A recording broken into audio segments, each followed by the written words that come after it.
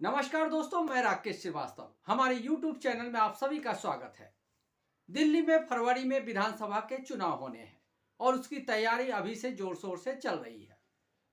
आम आदमी पार्टी के लिए यह तीसरा मौका होगा जब वो विधानसभा चुनाव जीतकर सरकार बनाने की दिशा में आगे बढ़ेगी, जबकि भारतीय जनता पार्टी के लिए पिछले दो विधानसभा में जो सूखा पड़ा था उसे मिटाने का एक बड़ा मौका है।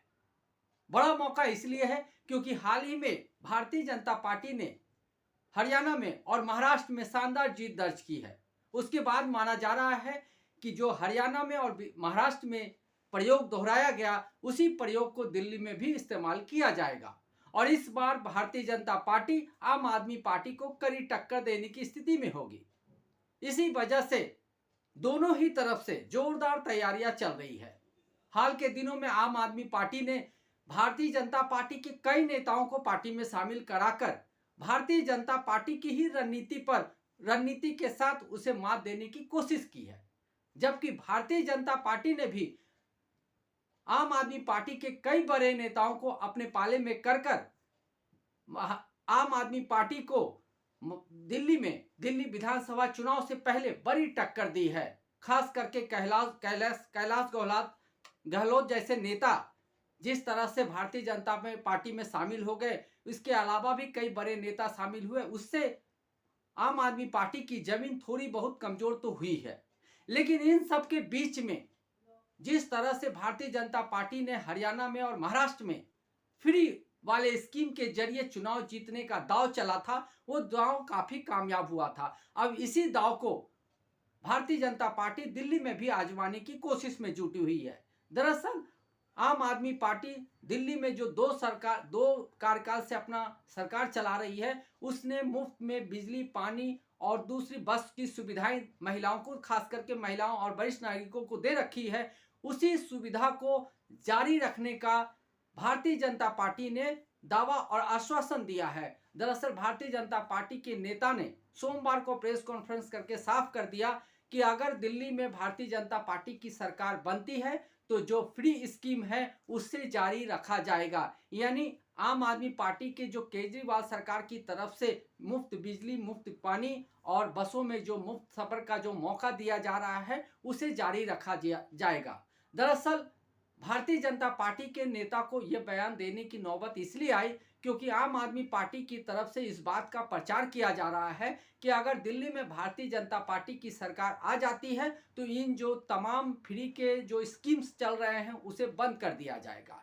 इसी वजह से भारतीय जनता पार्टी को मीडिया के सामने आकर यह बयान देना पड़ रहा है और बार बार बयान देना पड़ रहा है कि जो फ्री की स्कीम जारी है उसे भारतीय जनता पार्टी शामिल करेगी। और भारतीय जनता पार्टी के लिए ये चुनाव जीतना बेहद जरूरी है क्योंकि तमाम स्टेट में भारतीय जनता पार्टी ने अपने जीत का परचम लहराया है। खास करके महाराष्ट्र, जहां पर उसे जीत का कोई आसरा नजर नहीं आ रहा था, तमाम तरह के राजनीतिक सर्वेक्षण उसके खिलाफ जा रहे थे, उसके बावजूद भारतीय जनता पार्टी ने महाराष्ट्र में बम्पर जीत दर्ज की। अब इसी वजह से भारतीय जनता पार्टी के हौसले बुलंद है और वो इस प्रयोग को दिल्ली में दोहराने की कोशिश में जुटी हुई है और खास करके अरविंद केजरीवाल की सरकार को वो सत्ता से उखाड़ फेंकने के लिए तमाम तरह के प्रयास में जुट गई है। यही वजह है कि 2 महीना पहले से ही वहां पर चुनाव प्रचार और चुनाव की रणनीति की जो सक्रियता होती है वो काफी तेज नजर आ रही है। वहीं दूसरी तरफ कांग्रेस और आम आदमी पार्टी भी इस चुनाव को लेकर काफी एक्टिव हो गई है। लेकिन इन सब के बीच एक सवाल बड़ा जिंदा हो गया है कि क्या मुफ्त की जो रेवड़ियां बांटी जा रही है या मुफ्त, जिस भारतीय जनता पार्टी के नेता अरविंद केजरीवाल पे लगातार आरोप लगाते रहे हैं कि अरविंद केजरीवाल मुफ्त की रेवड़ियां बांटते हैं, उसी भारतीय जनता पार्टी के नेताओं को सामने आकर कहना पड़ रहा है कि जो मुफ्त की स्कीम चल रही है उसे जारी रखा जाएगा। आखिर इसकी नौबत क्यों आ रही है? आखिर भारतीय जनता पार्टी जिस चीज का विरोध कर रही थी उसी का समर्थन करने की स्थिति क्यों आ रही है? अगर भारतीय जनता पार्टी की तरफ से, केंद्र सरकार की तरफ से विकास कार्य किए गए हैं तो उस कार्य के दम पर वो वोटरों से वोट मांग सकते थे। चुनाव में इस बात को मुद्दा बनाया जा सकता था कि हमने धारा 370 हटा दिया, हमने महंगाई कम कर दी, हमने बेरोजगारी कम कर दिया, हमने तमाम तरह के फ्लाईओवर बना दिए, हमने विदेश नीति ठीक कर दी, हमने तमाम तरह के काम किए हैं, ये बताकर चुनाव में जाया जा सकता था। लेकिन भारतीय जनता पार्टी उन्हीं अरविंद केजरीवाल के नीतियों पे चलने को मजबूर हो गए हैं, जिन नीतियों की लगातार भारतीय जनता पार्टी की तरफ से आलोचना की जाती रही है। तो सवाल ये उठ रहा है कि आखिर इसकी नौबत क्यों आ गई। नौबत इसलिए आ रही है क्योंकि भारतीय जनता पार्टी को मालूम है कि दिल्ली में जिस तरह से केजरीवाल का या अरविंद केजरीवाल और उनकी टीम का जिस तरह से ग्रोथ बढ़ा है, जिस तरह से उन्होंने तमाम लोगों के बीच जो वोटर्स है उनके बीच अपनी पैठ बना रखी है, उसके बीच जाने के लिए उनको इसी तरह के किसी रास्ते को अपनाना पड़ेगा। यही वजह है कि फ्री स्कीम की तरफ भारतीय जनता पार्टी बढ़ गई है। और दरअसल महाराष्ट्र में जिस तरह से लाडली बहन योजना, लाडली भाव योजना और इसके अलावा जो वरिष्ठों को जो योजना दी गई उसका लाभ दिया गया, इसके अलावा बर्तन बांटने की जो योजना चलाई गई थी महाराष्ट्र में, वो काफ़ी कारगर साबित हुआ। यही वजह है कि भारतीय जनता पार्टी इस स्कीम को, जो मुफ्त वाली स्कीम है जिसको वो पहले रेवड़ी बांटना कहते थे, उसे लागू करने के लिए मजबूर हुई है। तो सवाल ये उठ रहा है कि भारतीय जनता पार्टी जहां पर उनके 7 सांसद है, तमाम जो सांसद है 7 सांसद, 7 जो लोकसभा सीटें हैं उनमें उन्हीं के सांसद है, उसके बावजूद उन्हें रेवड़ी बांटने के लिए या मुफ्त स्कीम को लागू करने के लिए कहना क्यों पड़ रहा है। क्या उनकी तरफ से विकास कार्य नहीं किए गए हैं या उनकी तरफ से उन चीज़ों को नहीं उठाया गया है जो अरविंद केजरीवाल का काट ढूंढ पाए। सवाल कई तरह के हैं, लेकिन इन सवालों के बीच ये सवाल अब जिंदा हो गया है और आने वाले कई विधानसभा चुनाव में ये देखने को मिल सकता है कि तमाम पार्टियां मुफ्त की रेवड़ी बांटने में सबसे आगे रहेगी और इसमें भारतीय जनता पार्टी भी पीछे नहीं है। तो ये सवाल तो इस तरह से जिंदा रह गया, लेकिन सवाल ये भी है कि आखिर अरविंद केजरीवाल की स्थिति फिलहाल क्या है। अरविंद केजरीवाल भारतीय जनता पार्टी को टक्कर देने की कितनी स्थिति में है।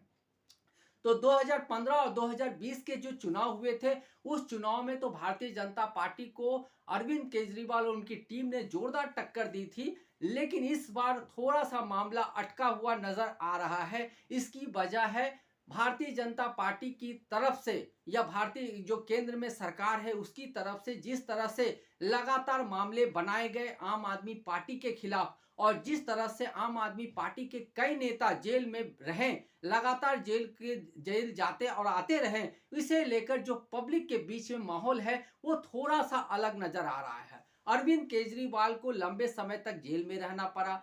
मनीष सिसोदिया जो दूसरे नंबर के नेता हैं उनको 18 महीने तक जेल में रहना पड़ा। इसके अलावा भी आम आदमी पार्टी के कई नेता जैसे सत्येंद्र जैन अभी भी जेल में बंद है।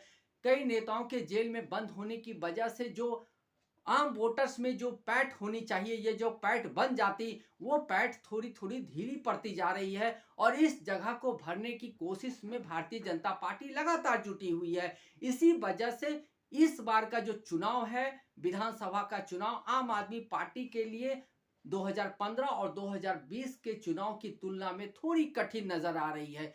यही वजह है कि जो मनीष सिसोदिया जो आम आदमी पार्टी में दूसरे नंबर के नेता है, उनकी पटपरगंज की जो सीट है उसे बदलकर अब जंगपुरा कर दी गई है। यानी अब वो पटपरगंज से नहीं बल्कि जंगपुरा से चुनाव लड़ेंगे। दरअसल 18 महीने जेल में रहने की वजह से मनीष सिसोदिया अपने विधानसभा क्षेत्र से पूरी तरह से कट गए थे।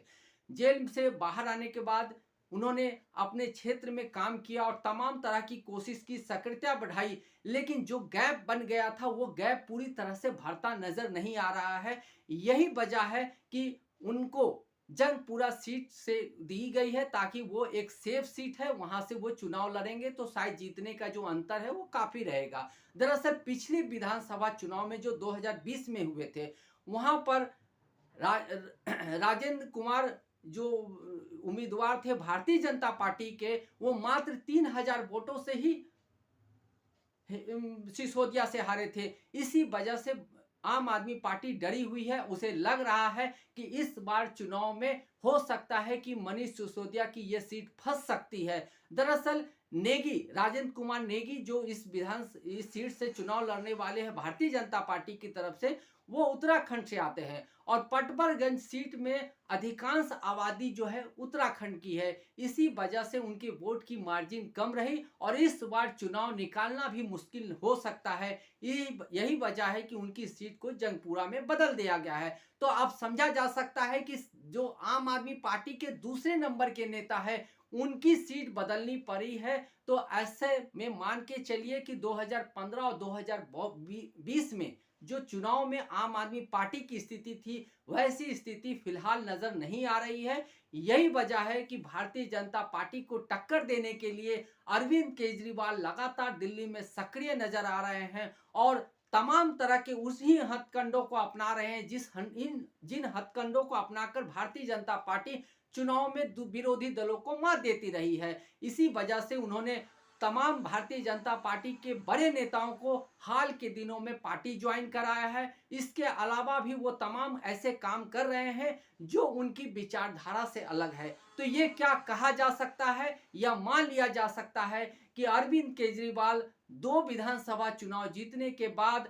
अब तीसरी बार जब विधानसभा चुनाव के मैदान में है, तो वो भी तमाम दलों के तरह और तमाम नेताओं की तरह वो तमाम हथकंडे अपनाना सीख गए हैं जो भारतीय राजनीति की विशेषता रही है। यानी उन्हें हर तरह के दांव पेच आजमाना और हर तरह के दांव पेच चलना भी आ गया है।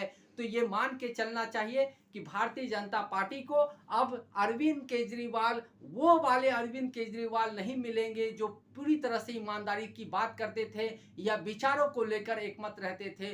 अब उन्हें भी उसी तरह के राजनीतिक मिलेंगे जिस तरह के राजनीतिक देश भर में फैले हैं। तो इस बार का जो विधानसभा चुनाव होगा वो कांटे का होगा, टक्कर का होगा और आम आदमी पार्टी फिलहाल मजबूत स्थिति में तो है, लेकिन भारतीय जनता पार्टी की जब चुनावी सभा शुरू होगी, चुनावी प्रचार शुरू होंगे, उसके बाद दिल्ली का माहौल क्या रहता है, क्या बनता है, इस पे बहुत कुछ डिपेंड करेगा। क्योंकि हमने हाल के विधानसभा चुनाव में देखा है कि भारतीय जनता पार्टी अपने तमाम भाजपा के जो सीएम हैं और जो कट्टर हिंदूवादी नेता है, जो कट्टर हिंदूवादी भाषण देते हैं, उनको चुनाव प्रचार में शामिल करके माहौल को बदलने की कोशिश करते हैं। ऐसे में योगी आदित्यनाथ हो या असम के जो सीएम हैं हेमंत बिश्व शर्मा हो, या आप कह सकते हैं एमपी के जो पूर्व मुख्यमंत्री है चौहान साहब, उन सबों की एंट्री दिल्ली में हो सकती है और एक जोरदार चुनावी सभा देखने को मिल सकती है। और इस दौरान तमाम तरह के हिंदूवादी बयान, तमाम तरह के अलग टाइप के पाकिस्तानी, बांग्लादेश, तमाम तरह की बातें और मुद्दे शामिल हो सकते हैं। उसके बाद जो रिजल्ट आएगा उससे साफ हो जाएगा कि कौन किस पर कितना भारी पड़ा। लेकिन फिलहाल दिल्ली में जो सरगर्मी तेज है उसमें दोनों ही पार्टियां एक दूसरे के सामने खड़ी है। आज के लिए बस इतना ही। अगर आप हमारे श्रोता हैं तो आप हमें जरूर लाइक और सब्सक्राइब करें।